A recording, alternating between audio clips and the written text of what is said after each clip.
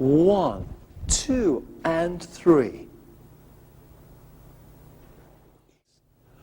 1, 2, and 3. And now on to a great waltz figure, the tumble turn. This is where the man will create an action to create a reaction in the lady's head shape. I'm dancing at the end of this running spin, and I'm moving backwards towards the center of the room, diagonally to center. I'm dancing 1, 2, and 3. Now, it's very important as we do this that we keep a feeling of straight, parallel arms to the floor. I don't want to tilt, like I said before, in promenade. I'm creating a shape over to the girl and a beautiful curve through my body. This curve will happen through the knees being flexed towards the girl. I can't dance this with stiff knees. I can't dance anyway with stiff knees. I must have soft knees. So one more time from the end of the running weave, I dance 1, 2, and 3. Try to feel that the head weight and the head shape is going to be complementary to the body shape in the curve. We don't want to have funny heads. And so now Karen with the lady's point of view.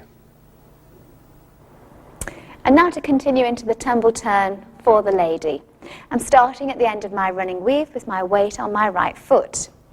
I'm very conscious now that I'm going to use my standing leg, and when I lower into my right leg, I'm not going to let my posture detract at all during the lowering.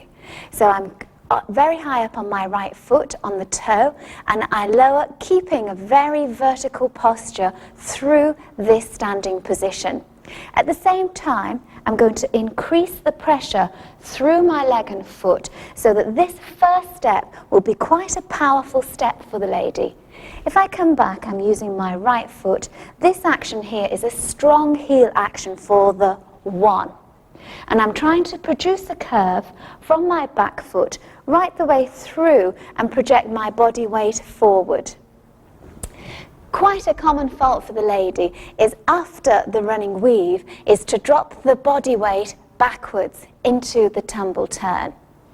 This would also be the case if we were going into a tip or chassé, but we've chosen the tumble turn because it's more popular with today's dancers.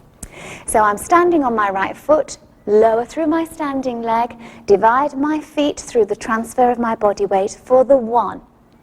From here, I'm going to swing up onto my toes to place my right foot diagonally to the center of the room here for the 2. From here, I'm following the shape of the swing through Marcus's hip line. I place my left foot behind my right foot with a very soft cross. From here, I'm conscious that my 2 knees are both moving towards Marcus. Again, if I straighten my legs, I'll move my hips away. If I move my hips away from my partner, my head weight will move in. So I'm conscious that I soften my knees towards my partner.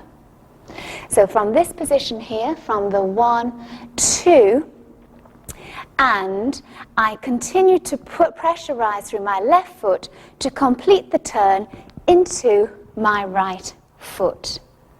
And again, on this action here, I'm cushioning the fall. So we've dealt with a swing to a rise, and then I'm cushioning the fall of this action through the pressure of my right ball and my right heel lowering. So I shall dance that figure through to its completion. So I'm dancing a 1, 2, and 3. When I dance with Marcus, I'll explain in a bit more detail the actual head shaping of the tumble turn, which makes it the most attractive of steps. And now we'd like to show you how we can create a beautiful picture when we dance together for the tumble turn. It really is, as Karen said, a lovely shape to create in this dance. We'll show you in a few different angles actually, but the first one will continue as we did from the end of the running weave backing to the center of the room, diagonally center. I'm going to dance from outside partner here to allow Karen to dance inside to shape in front of me. I don't want to feel that I turn away from Karen. I want to keep my body weight to Karen on the 1. I don't want to feel I'm turning away. From this 1, I now allow Karen to pass me. 1, 2. Almost like a feather finish type of action, but with more shape. 2. From here, I keep her in front of me, very small step, shaping, having a little look at her, and, oh, what a beautiful girl, finishing with a pivot. 3. So I think you can see, I'll do it at a different angle, how we create this rotation and the beautiful shape we create through the head weights. 1, 2, and 3.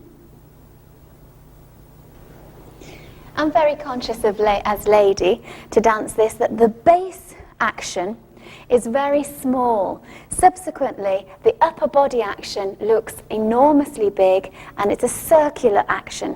So if we just check the tracking of the legs from here, so I've danced 1.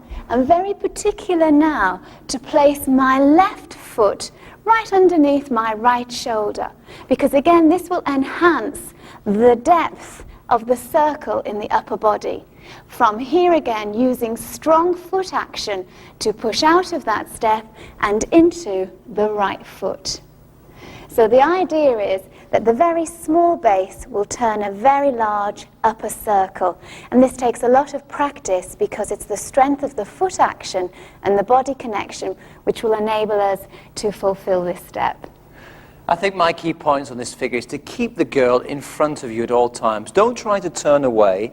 Keep her in front of you, still with the right-to-right connection, and then allow a complementary shape to appear in the top of your neck and your head from your knees and your body. And that's the tumble turn.